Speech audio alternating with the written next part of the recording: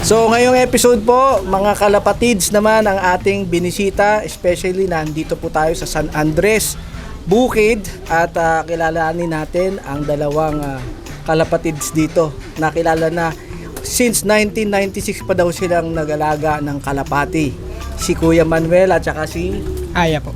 Ayan. So ano pangalan ng loft nyo? Manuel Bautista. Yan, Manuel Bautista Loft. Ngayong episode, syempre, introduction tayo para sa mga bago, magsisimula, curious, gustong malaman kung ano ba ang race pigeon o racing pigeon, ano ba yung industry na ito, ano ang pwede mong mapala sa pag-aalaga ng kalapate, bukod sa paglilibang, kasiyahan, hobby, meron din palang mga tropeyo at syempre cash na pwede rin yung pagkakitaan bukod sa inyong hilig sa pag-aalaga ng kalapate.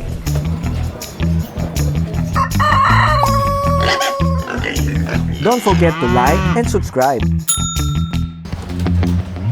Ako pala si Manuel Bautista, puncher ng San Andres Bukid. Nag-start ako mag-race 2009, 2 taon akong gulong. Tapos 2011, nakuha ko na yung mga line ni Lawanda sa kumpare ko. Nag-winner ako ng 2011, second overall champion ng North. Tapos 2012, first overall ako champion ng South. 2014, second overall champion ako ng North ulit. Tapos 2015, first overall champion ako ng South. Bali 16 to 2019, nagtuloy-tuloy naman siya. 19 kasi 20, nag-pandemic na. Kaya medyo natigil yung karera. Bali bumalik na itong 2020, nag-overall champion ako ng South. Tapos itong bago kong race, nag-super set winner naman ako sa club ng MMFC.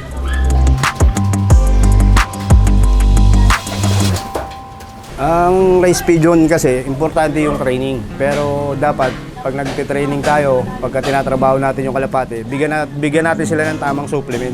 Kasi once na nagtitraining tayo, hindi natin binigyan ng tamang supplement yan, diyan na magkakasakit yung ibon natin. Ang pagpapalipad ng training namin, bali nagsisimula kami alas 6 ng umaga, matatapos ng alas 7. Tapos magpapalipad uli kami ng alas 11 ng umaga, matatapos ng alas 12. Pagdating sa hapon, papalipad kami ng alas 3 hanggang alas 4. Bali 3 beses. Tapos magpapakain na. Ganun yung routine namin araw-araw. Mas maganda sana kung magpapakain kayo. Ang ratio ng isang kalapate is isang kutsara. Kalahating kutsara sa umaga, kalahating kutsara sa hapon. Pagdating sa breeding naman, kailangan natin ng mga supplement para maibigay sa kanila, para yung mga young bird maging healthy.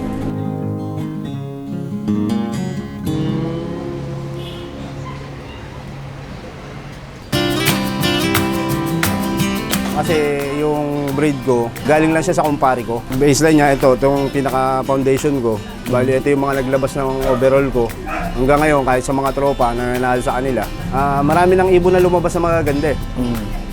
Bali, ang gagawin na lang natin, tutukan na lang natin maigi yung ibon. Alagaan, malinis sa patoka, malinis sa tubig, supplement, maayos na supplement. Para manalo tayo, para sa mga newbie.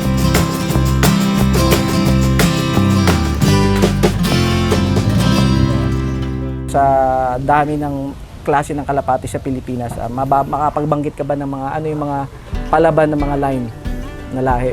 Kasi, sa mga iba-ibang puncher kasi, iba-iba rin yung mga sumikat na line sa kanila. Hindi rin halos meron kasing maraming linyada na sumikat magkakaiba. Parang hiyangan din. Maraming sumikat na linyada na galing abroad. Amerika, madalas Amerika. Italia, Europe. Marami silang pinasikat. Kumbaga siguro ang nagdadala pa rin yung driver ng kalapate. Yung nag-aalaga, nagko-kondisyon. Yun. Kasi kung sa kalapate, ang daming lumabas Ang daming lumabas sa mga ganda lalo na nagkaroon ng auction. Auction for a cause. Siyempre marami mga nagdo-donate na mga magagaling din dyan. Na halos na ibibid. Hindi sa presyo ng may-ari. Kumbaga mas mababa. Halimbawa, ang ibon na yun, pag binili mo sa may-ari, nasa 30 o 40 mil siya, 50. Sa bid mo, kukuha mo lang siya ng 30 hanggang 20. Pag walang nakapagbid ng maayos. Pero at the end of it, kahit ano pang lahi yan na sinabing sikat o nanggaling sa ibang bansa, kung hindi naman naalagaan Yun, yung tama. pagkukuntama yung kondisyon.